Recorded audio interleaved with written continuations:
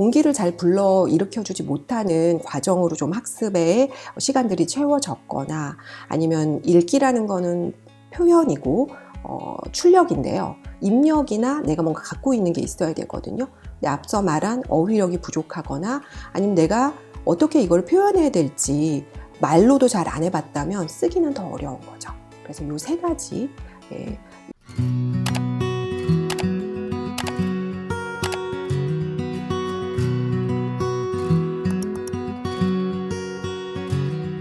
느린 학습자를 대상으로 네. 강의를 많이 하시는 전문가이시잖아요. 느린 학습자를 자녀로 둔 부모의 관점에서 굉장히 공감 어린 솔루션을 주신다고 느껴졌어요.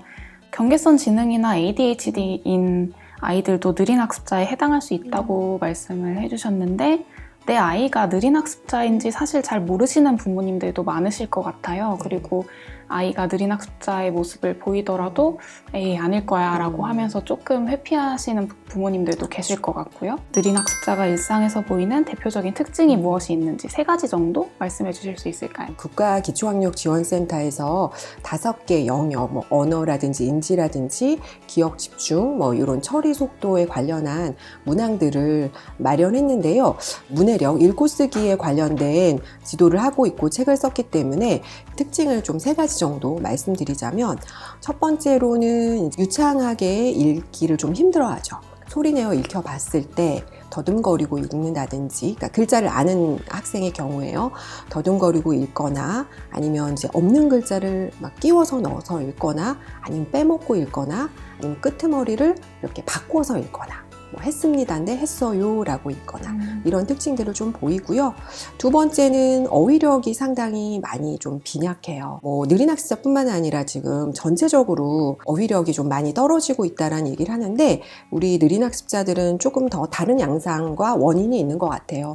좀 안타깝게도 느린 학습자는 언어 발달에 지연이 있거나, 아니면 인지적인 좀 어려움이 있다 보니까 의사소통의 기회도 좀 많이 줄어들고, 또 다른 사람 이야기하는 어휘를 좀 잘 받아들이기 어려워하죠. 그래서 어휘 주머니가 좀 작거나 비어있는 그런 좀 모습이 더 강하게 보이는 것 같습니다. 그리고 마지막으로는 쓰기의 어려움이죠. 쓰는 거는 되게 동기가 중요하거든요. 동기를 잘 불러 일으켜주지 못하는 과정으로 좀 학습에 시간들이 채워졌거나, 아니면 읽기라는 거는 표현이고 출력인데요. 입력이나 내가 뭔가 갖고 있는 게 있어야 되거든요. 근데 앞서 말한 어휘력이 부족하거나, 아니면 내가 어떻게 이걸 표현해야 될지 말로도 잘 안 해봤다면 쓰기는 더 어려운 거죠. 그래서 이 3가지, 유창하게 읽기를 어려워한다, 어휘력이 좀 많이 빈약하다, 그리고 쓰기를 굉장히 힘들어하고 쓰기의 경험이 부족하다. 이 3가지가 좀 느린 학습자가 보이는 읽고 쓰기의 특징이라고 볼 수 있습니다. 왜 느린 학습자의 문해력을 키워드로 책을 쓰게 되셨는지도 궁금합니다. 네, 그러니까 이제 문해력은 지금 워낙 지금 국가적으로 관심이 있잖아요. 읽고 쓴다는 것은 굉장히 강력한 힘을 갖고 있다라고 생각해요. 저도 굉장히 존경하고 좋아하는 이제 메리언 울프라는 인지신경학자이자 아동 발달을 연구하시는 분이 계신데요. 그분은 기본적으로 왜 읽어야 하는가, 이 디지털 시대에서도 인간성을 만들어가는 과정이다. 왜냐하면 이제 깊은 사고, 생각하고 공감하는 것을 읽기를 통해서 할 수 있다라고 얘기하셨거든요. 근데 그게 굉장히 거창해 보이잖아요. 근데 저는 그것이 우리 느린 학습자에게도 굉장히 필요한 일이라고 생각해요. 사회성을, 우리 느린 학습자는 사실은 친구가 많지 않아요. 그리고 의사소통할 대상이 그리고 많지 않습니다. 그런 것들을 책에 나온 어떤 여러 상황들이나 친구들의 행동을 보면서 또 간접적으로 배울 수 있거든요. 공감 능력이라든지, 아니면 큰 사고력은 아니라도 생각하는 힘을 저는 차곡차곡 만들어가는 거에 느린 학습자도 분명히 예외가 되어서는 안 된다라고 생각하고요. 그냥 일반적인 학습적인 읽고 쓰기 말고 생활의 문제를 해결하는 힘을 저는 읽고 쓰기를 통해서 가능하다고 생각해요. 그래서 저는 그걸 줄여서 생활의 문제를 해결하는 힘, 그래서 생활 문해력이라고 하거든요. 우리 도처에는, 우리 생활의 일상에서는 읽고 쓰는 것들이 상당히 많이 연결되어 있어요. 뭐 예를 들자면 제가 오늘 여기 올 때 망원역에서 내려야 되는데 저희 집에서 몇 번 지하철을 타서 어디서 환승을 해야 되고 이런 것들을 스마트폰에서 검색해서 읽었죠. 또 표지판들을 계속 읽으면서 왔습니다. 또 요즘에는 뭐 배달 앱이나 택배로 물건을 많이 주문하는데요. 그때 내 주소를 입력해야 되죠. 입력하는 것도 쓰는 일입니다. 그리고 당부사항들도 뭐 문 앞에 놔주세요. 이런 것도 써야 돼요. 그래서 이런 생활의 읽고 쓰기를 좀 더 아이들은 많이 해 나갈 건데요. 뭐 다른 능력들도 필요하겠지만 이걸 갖췄을 때 조금 더 자유롭고 자신감 있게 생활하지 않을까 싶습니다. 느린 학습자를 자녀로 둔 부모님들은 이 문해력 문제를 특히 더 세심하게 받아들여야 할 것 같아요. 느린 학습자를 위한 문해력에는 새로운 정의가 필요하다라고 말씀을 하시죠. 왜 느린 학습자에게는 우리가 일반적으로 받아들이는 문해력과는 조금 다른 의미의 문해력이 필요한 걸까요?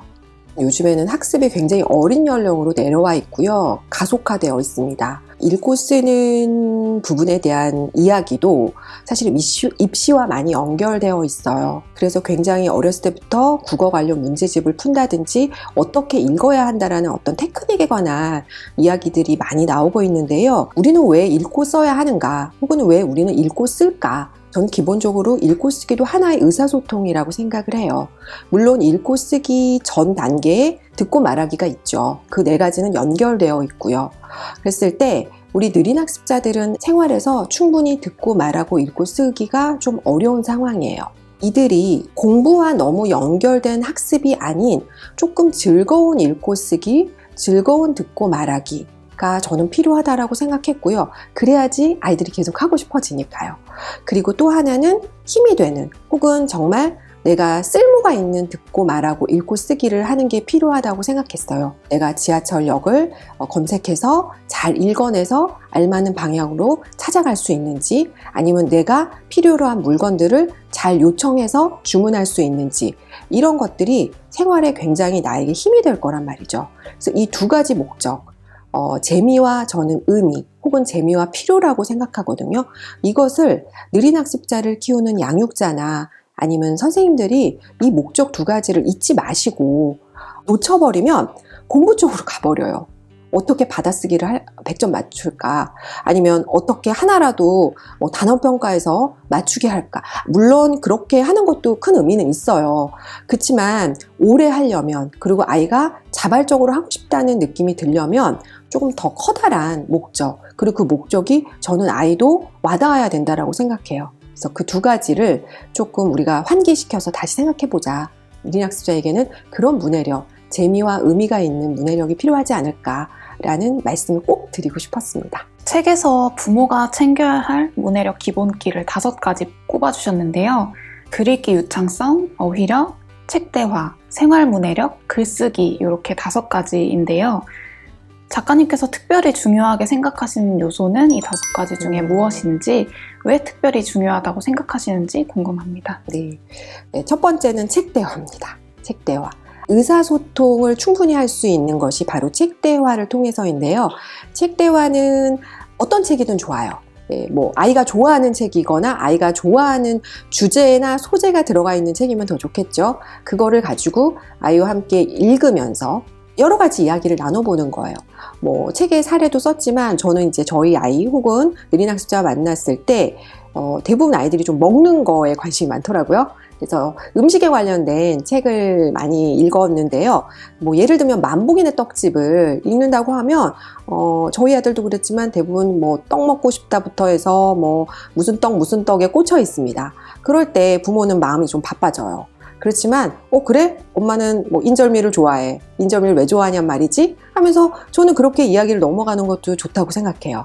그래서 책 대화는 흔히들 책을 읽고 나서 주인공이 누구인지 그리고 어떤 일이 벌어졌는지 물론 이런 사실적 이해 점검도 필요하지만 그거로만 너무 점철되면 책 읽는 건 약간 시험 보는 것 같고 난 그걸 잘 못 해내니까 자꾸 책하고 멀어지게 됩니다. 그래서 조금 아이의 흐름에 따라서 아니면 엄마가 아이의 좀 요구에 따라서 같이 그 흐름을 타도 저는 좋다고 생각해요. 책 수다라고도 표현했거든요. 수다를 우리가 떤다라고 하는데 막 무거운 주제로 수다 떨지 않잖아요. 그래서 좀 가볍게 이야기를 나누면서 아이가 학교에서 하지 못했던 너무 빠르게 돌아가는 어떤 속도와 주제에 아이들은 낑겨서 이야기를 못하거든요. 그런 거를 집에 와서 내가 가장 편안한 공간에서 내가 가장 좋아하는 사람과 이 책을 매개로 얘기를 나눠볼 수 있다면 저는 너무 좋은 순간이 될 거라고 생각하고요. 그 과정에서 제가 말씀드렸던 다른 요소들, 유창성이라든지, 유창성은 소리내어 읽었을 때 좋아지거든요. 책 대화를 하면서 몇 구절을 번갈아 가면서 소리내어 읽을 수도 있죠. 또 책 안에는 많은 어휘들이 있으니까 자연스럽게 어휘력도 좋아질 겁니다. 그래서 저는 책 대화를 좀 많이 추천을 드리고요. 두 번째는 생활 문해력이에요. 제가 너무 강조하죠.